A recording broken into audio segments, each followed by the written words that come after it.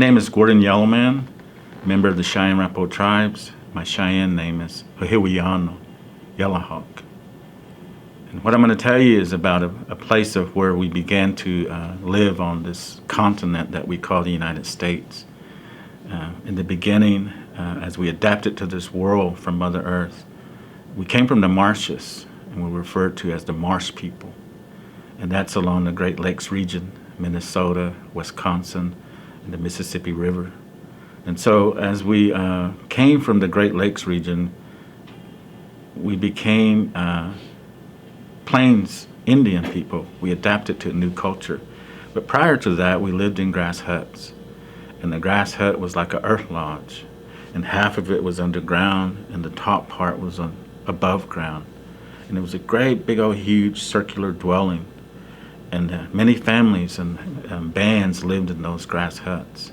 So we had our own places in each hut, the fireplace, the place where we store food, the place where the women sleep, the men sleep, and the place where we developed our crafts, like the arrows, the bow and arrows, the spears, and things of that nature that was going to help us in hunting, but also help us when we needed weapons to defend ourselves. And so being around the marsh, we were what we call farmers, horticulturalists.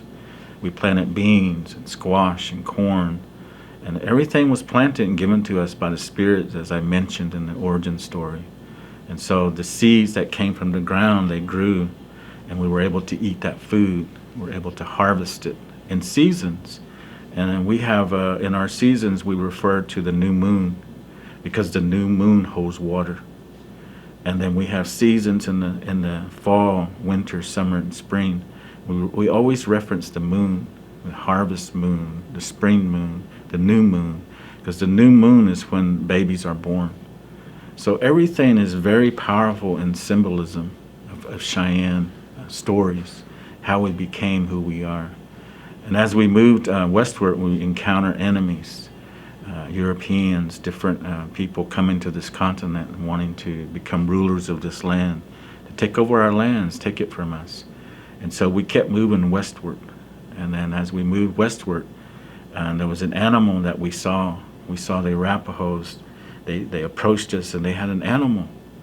And Sweet Medicine was one of our prophets. He was a powerful medicine man, a prophet of. He gave us direction on how we were going to govern ourselves. He gave us instructions. But he also gave us predictions. He said there's going to be an animal that's going to come to you. And he's going to have round hoofs. He's going to have a long shaggy tail. He's going to have long hair on his mane. He's going to carry you great distances. He's going to give you speed. He's going to give you agility. He's going to give you ability to hunt.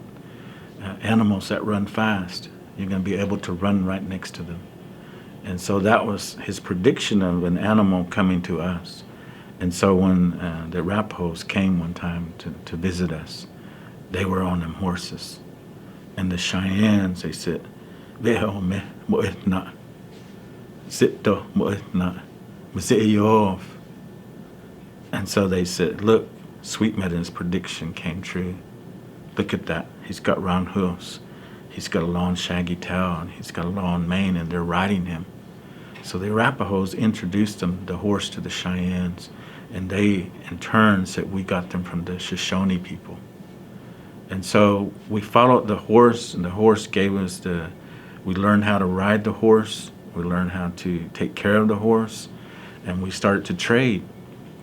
And then pretty soon we started to raise our own horses for speed, for agility, but also for breeds of horses. And so we used the horse to go on the Central Plains to hunt the buffalo. Hotawat, Issawan. Hotawat means one buffalo, the bull buffalo. Issawan means a whole bunch of buffalo, the herd of buffalo. It's plural. And so as we followed the buffalo, we conquered the Central Plains of the United States. But in that process, we had places that we camped. We camped by the rivers. And I'm providing a geographical map of all the rivers in the United States in the Cheyenne language. And you're going to reference that. And they're not the Mississippi River the Missouri River. They're all written in Cheyenne names. And as I mentioned earlier, our language is very descriptive. And so when we talk about geographical areas of the Central Plains, we're not going to say Chicago. We're not going to say Minnesota. We're not going to say the Mississippi River. We're going to say what we know, that word in Cheyenne of how we called it at one time. The literal translation for the Missouri River is the river with, it's the greasy river. The top of the river, there's a bunch of grease floating. And I often asked, why is there a bunch of grease floating? They said that's because when the Europeans came, they crossed the river and they left their grease in the water. And so the Cheyennes said the Missouri River is the greasy river. So that's the literal definition of how we do things and name places geographically. So history is very important. Geography is important. And one of the things that I learned quickly is to always remember that wherever you travel in this world, the elder told me, you're at the central core of the Cheyenne universe. And I thought about that. And I said, what does that mean? And he said, because when you're standing on Mother Earth, the bottom of your feet, wherever you're standing, you look up straight to the sky and the heavens.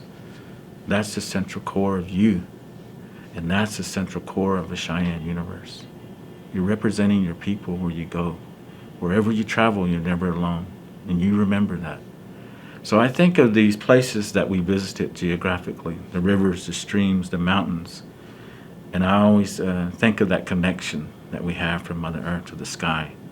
And the stars are a guidance. They provide guidance when we're lost. The morning star, the evening star, the Big Dipper. Those are some of the things that have their own stories as well.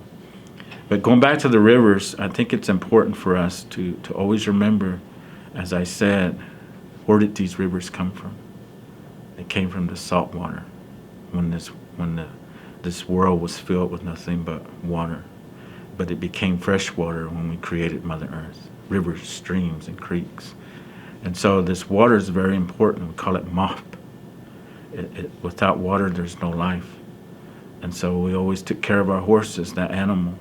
We always kept them downstream. And it was always important for us to keep our herds downstream, never upstream from our villages. And so those are things that I still practice today and think about, that connection with that horse. And so when we were able to follow the great buffalo migrations from Canada to Mexico, millions of buffalo, we were able to hunt them. And that's what we survived on, was that buffalo. He provided us everything, clothing, our dwellings, our teepees, our food. The awls that we used to sew our clothes together came from those bones of the buffalo. And so he took care of us. And so the Cheyennes today, they say, the buffalo can't live without Cheyennes, and the Cheyennes can't live without buffalo. So the Central Plains is a great place for us. That's our country. That's our lands. And so when you think of the Central Plains, remember the two animals. Well, if not, Hotawat, the horse and the buffalo.